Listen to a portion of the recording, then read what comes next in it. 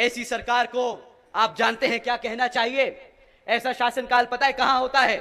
जहां बच्चे भूखे रहें, जहां बहन बेटियों पे अत्याचार हो, जहां युवा बेरोजगार हो, जहां जनता फ्री राशन के नाम पे गुलाम बना दी जाए।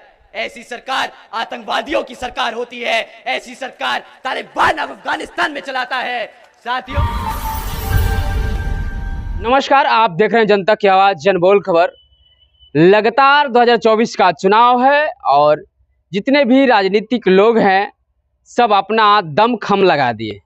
उसी दमखम में बीएसपी बहुजन समाज पार्टी के कोऑर्डिनेटर आकाश आनंद जी के द्वारा एक विवादित बयान दिया जा चुका है और उस बयान को लेकर के पूरे देश में जिस तरह से जो है तहलका मचा हुआ है, और थोड़ा सा हम उस वीडियो को दिखाना चाहेंगे जो आकाश आनंद जी ने अपने भाषण में बोले हैं। तो थोड़ा सा आप इस वीडियो को देख लीजिए कि क्या चीज़ आकाश आनंद अपने भाषण में बीजेपी के लिए बोले हैं। तो आप थोड़ा सा इस वीडियो को देख लीजिए। अत्याचार होने दे, जो अपने युवा साथियों को, युवाओं बच्चों को बेरोजगार रखे, जो अपने बड़े बुजुर्गों को फ्री राशन के नाम पर यहाँ की जनता को गुलाम बनाकर रखे। ऐसी सरकार को आप जानते हैं क्या कहना चाहिए? ऐसा शासनकाल पता है कहां होता है? जहां बच्चे भूखे रहें, जहां बहन बेटियों पे अत्याचार हो, जहां युवा बेरोजगार हो, जहां जनता फ्री राशन के नाम पे गुलाम बना दी जाए। ऐसी सरकार आतंकवादियों की सरकार होती है। ऐसी सरकार तालिबान अफगानिस्तान में चलाता है। साथियों, इन सरकारों ने, भाजपा की सरकार बुलडोजर की सरकार नहीं, यह आतंकवादियों की सरकार है। अपनी आवाम को गुलाम बनाकर रखा है। ऐसी सरकार का समय आ गया है। जैसा कि आपने वीडियो में देखा कि आकाश आनंद जी ने भारतीय जनता पार्टी के सरकार को आतंकवादी का सरकार बता रहे हैं। वाकई आप लगातार जिस तरह से देख रहे हैं पूरे देश में सारी पार्टियां एक दूसरे पर इल्जाम लगाने के चक्कर में बहुत कुछ बोल जाती है, चाहे वो बहुजन समाज पार्टी हो, चाहे बीजेपी हो, चाहे सपा हो या आरजेडी हो।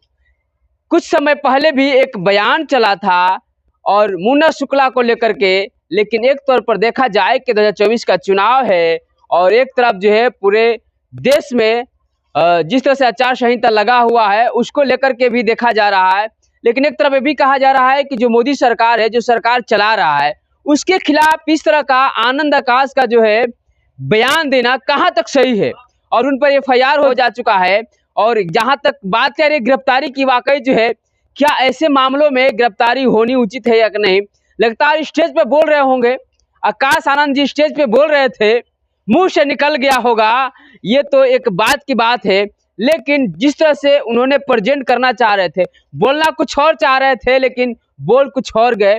तो जिस तरह से देखा जा रहा है कि बीजेपी सरकार को जिस तरह से प्रहार किया जा रहा है लगातार, क्योंकि 2024 का चुनाव है और 2 बार मोदी सरकार जो है देश में अपना जो है सरकार चला चुकी है। और इस मद्देनजर को देखते हुए लगातार जो है हर दल और हर पार्टी के लोग जो है पलटवार कर रहे हैं और सीधे बीजेपी को जो है घेरने की कोशिश कर रहे हैं। जिस तरह से कि आप देख पा रहे हैं कि वोटिंग शुरू हो चुकी है और नतीजे को भी जिस तरह से पोलिंग के द्वारा पता लगाया जा सकता है कि वाकई क्या स्थिति है। वाकई तो अभी निर्णय नहीं लिया जा सकता है जब तक कि वोट की गिनती नहीं हो जाए और लास्ट चरण का चुनाव नहीं हो जाए।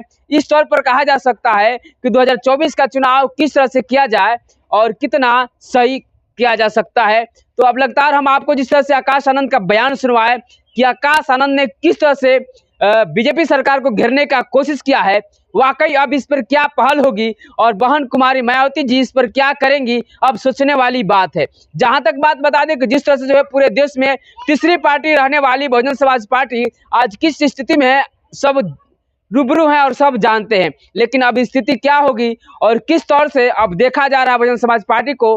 लेकिन आकाश आनंद जी जो नेशनल कोऑर्डिनेटर हैं वो सीधे तौर पर प्रहार कर रहे हैं बीजेपी सरकार को। वाकई जो इस तरह का बयान आते ही बहुत सारा हलचल मच गया है। तो आप लगातार बने रहे और देखते रहे जनबोल खबर।